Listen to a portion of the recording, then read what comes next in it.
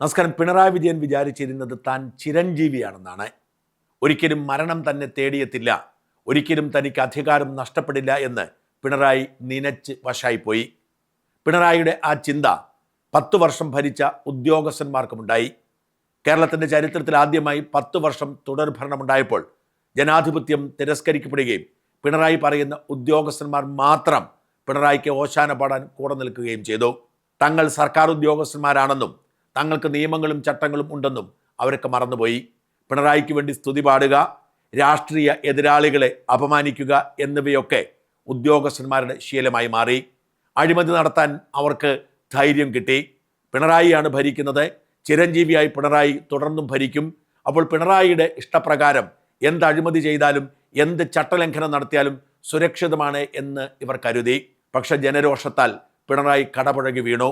അധികാരം നഷ്ടപ്പെട്ടതിൻ്റെ നിരാശ മറച്ചുവയ്ക്കാൻ പിണറായി അവശേഷിക്കുന്ന ഏക അധികാരം പ്രതിപക്ഷ നേതൃസ്ഥാനം ഏറ്റെടുത്ത് സഭയിൽ നനഞ്ഞ കോഴിയെപ്പോലെ ഇരുന്ന് മോങ്ങുകയാണ്. എന്നാൽ പിണറായിയെ വിശ്വസിച്ച് രാഷ്ട്രീയ പ്രവർത്തനത്തിനിറങ്ങിയ ഉദ്യോഗസ്ഥന്മാർക്ക് ഓരോരുത്തർക്കായി പണി കിട്ടി വരുന്നു. രക്ഷാപ്രവർത്തനം എന്ന പേരിൽ നിരപരാധികളെ തല്ലിയൊതുക്കിയ പോലീസിന് തന്നെയാണ് ആദ്യത്തെ പണി. ഗൺമാൻമാർ അടക്കമുള്ളവർ നിയമ നടപടികൾ നേരിട്ട് തുടങ്ങി.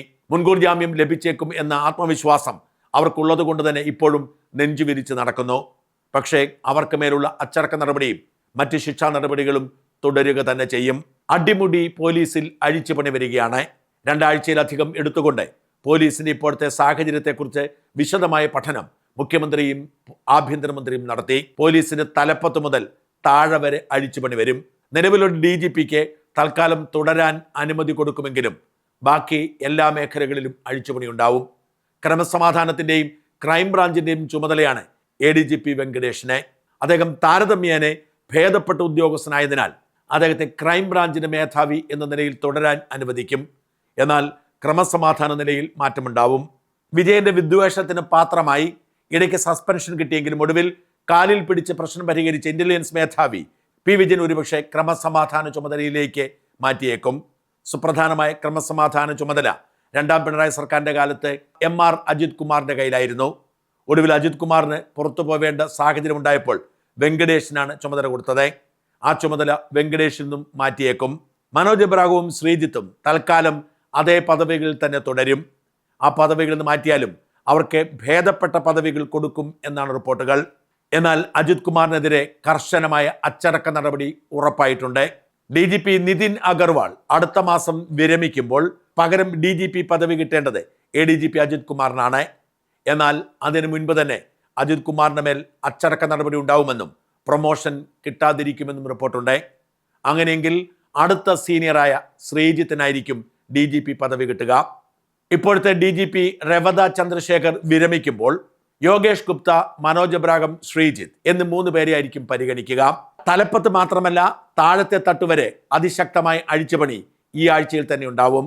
പിണറായി വിജയന്റെ ശത്രുതയ്ക്ക് പാത്രമായി ഒതുക്കപ്പെട്ടിരുന്ന AP ഷൗക്കത്ത് അലിയെ രക്ഷാപ്രവർത്തനം അന്വേഷിക്കാൻ ചുമതലപ്പെടുത്തിയിരുന്നു. AP ഷൗക്കത്ത് അലിയെ തിരുവനന്തപുരത്തെ സിറ്റി പോലീസ് കമ്മീഷണറായി നിയോഗിച്ചേക്കും എന്ന് റിപ്പോർട്ടുണ്ട്.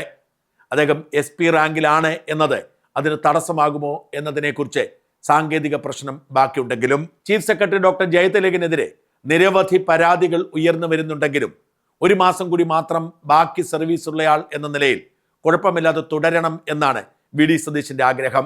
1 മാസം മാത്രം സർവീസ് ബാക്കിയുള്ള ഒരു ഉദ്യോഗസ്ഥനെതിരെ നടപടിയെടുത്താൽ അത് പകപോക്കലായി വിശേഷിപ്പിക്കപ്പെടും എന്നതുകൊണ്ട് അങ്ങനെ തുടരട്ടെ എന്നാണ് മുഖ്യമന്ത്രിയുടെ നിലപാട്. എന്നാൽ ഉള്ള സമയത്ത് പരമാവധി സർക്കാരിനെ ഉപദ്രവിക്കാനുള്ള നീക്കങ്ങൾ ജയതിലക് നടത്തിക്കൊണ്ടിരിക്കുന്നു. മുഖ്യമന്ത്രി ആവശ്യപ്പെട്ടിട്ടും N പ്രശാന്തിനെയും B അശോകിനെയും തിരിച്ചെടുക്കാൻ വിസമ്മതിച്ചത് അതിലൊരു ഉദാഹരണം മാത്രമാണ്.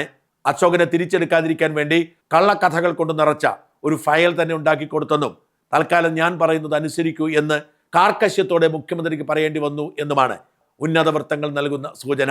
ഇപ്പോൾ വയനാട് കളക്ടർക്കെതിരെ പകപോക്കൽ ആരംഭിച്ചിരിക്കുന്നതും ചീഫ് സെക്രട്ടറിയുടെ കസേര തെറിപ്പിക്കാൻ കാരണമാകുമോ എന്ന് ചിലരെങ്കിലും കണക്കാക്കുന്നുണ്ട്. വെറുതെ ഇറങ്ങിപ്പോവാനല്ല ചീഫ് സെക്രട്ടറി ആഗ്രഹിക്കുന്നത്, പരമാവധി പ്രശ്നങ്ങൾ ഉണ്ടാക്കാനാണ്. ഇത്തരം ഒരു സമ്മർദ്ദമുണ്ടായാൽ 1 മാസമേ ഉള്ളൂ എന്ന് നോക്കാതെ ജയതിലകിനെ മാറ്റി നിർത്തി പകരം ചീഫ് സെക്രട്ടറിയെ വയ്ക്കണമെന്ന ആവശ്യവും ഉയരുന്നുണ്ട്. ജയതിലക് മാറിയാൽ ചീഫ് സെക്രട്ടറിയായി പരിഗണിക്കാൻ സീനിയോറിറ്റി ഉള്ളത് ബിശ്വാസ് സിൻഹ എന്ന ആഭ്യന്തര സെക്രട്ടറിക്കാണ്. എന്നാൽ പിണറായിയുടെ 3ാം ഭരണത്തിന് വേണ്ടി KM എബ്രാഹിമിനൊപ്പം ചേർന്ന് നിന്നുകൊണ്ട് ചീഫ് സെക്രട്ടറി ജയതിലകിനൊപ്പം ചുക്കാൻ പിടിച്ച ആഭ്യന്തര സെക്രട്ടറി ബിശ്വാസ് സിൻഹയെ ചീഫ് സെക്രട്ടറിയെ നിയോഗിക്കുന്നത് ദോഷം ചെയ്യും എന്ന് മുഖ്യമന്ത്രിയെ ചിലർ ഉപദേശിച്ചിട്ടുണ്ട്. അങ്ങനെയെങ്കിൽ KR ജ്യോതിലാലിനായിരിക്കും നറുക്കു വീഴുക.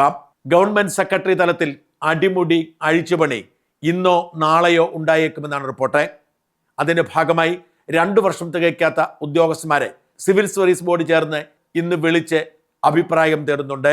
ഇന്ന് രാത്രിയിൽ അല്ലെങ്കിൽ നാളെ IAS തരത്തിലുള്ള അഴിച്ചുപണി ഉണ്ടായേക്കുമെന്ന് റിപ്പോർട്ടുണ്ട്. മിക്ക മന്ത്രിമാരും അവർക്ക് താല്പര്യമുള്ള ഉദ്യോഗസ്ഥരെ മുഖ്യമന്ത്രിയോട് ചോദിച്ചിട്ടുണ്ട്. ടിങ്കു ബിശ്വാളിനെ ആരോഗ്യ സെക്രട്ടറിയായി വേണമെന്നാണ് K. മുരളീധരൻ ആവശ്യപ്പെട്ടിരിക്കുന്നത്.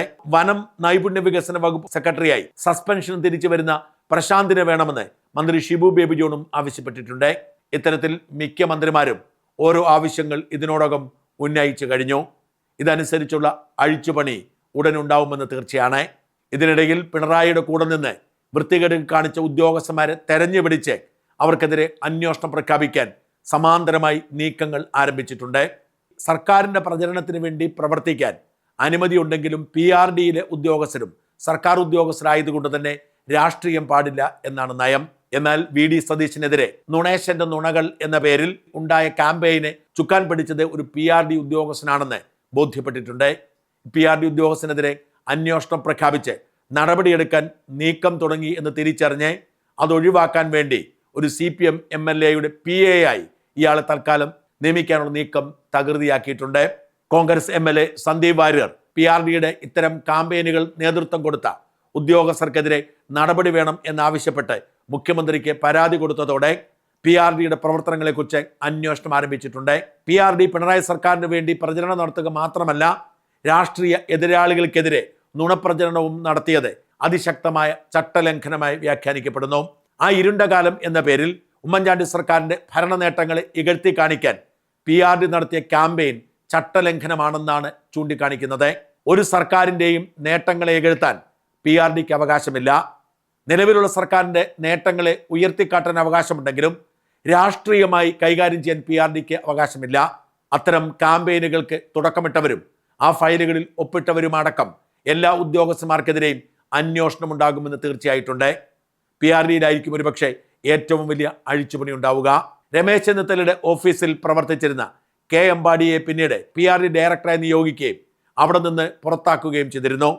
അമ്പാടി വീണ്ടും തിരിച്ച് സർക്കാരിലേക്കോ അല്ലെങ്കിൽ PRDയിലേക്കോ എത്തുമെന്നാണ് റിപ്പോർട്ടുകൾ. പിണറായി ചിരഞ്ജീവിയാണെന്ന് വിശ്വസിച്ച് ചട്ടം ലംഘിച്ച് പിണറായിക്ക് വേണ്ടി പ്രവർത്തിച്ച സകല ഉദ്യോഗസ്ഥന്മാർക്കെതിരെയും അന്വേഷണം ആരംഭിച്ചിരിക്കുന്നു. എല്ലാവർക്കെതിരെയും നടപടി ഉണ്ടാവും എന്ന് തന്നെയാണ് തീർച്ച. ഇടതു തുടർഭരണത്തിന് വേണ്ടി നീക്കം നടത്തിയ ഒരു സമുദായ നേതാവിൻ്റെ തട്ടിപ്പും വെട്ടിപ്പും ഒക്കെ കണ്ടുപിടിക്കാൻ പ്രത്യേക അന്വേഷണ സംഘത്തെ നിയോഗിക്കാനുള്ള ആലോചനകളും ചർച്ചകളും അണിയറയിൽ നടന്നു വരുന്നുണ്ട്.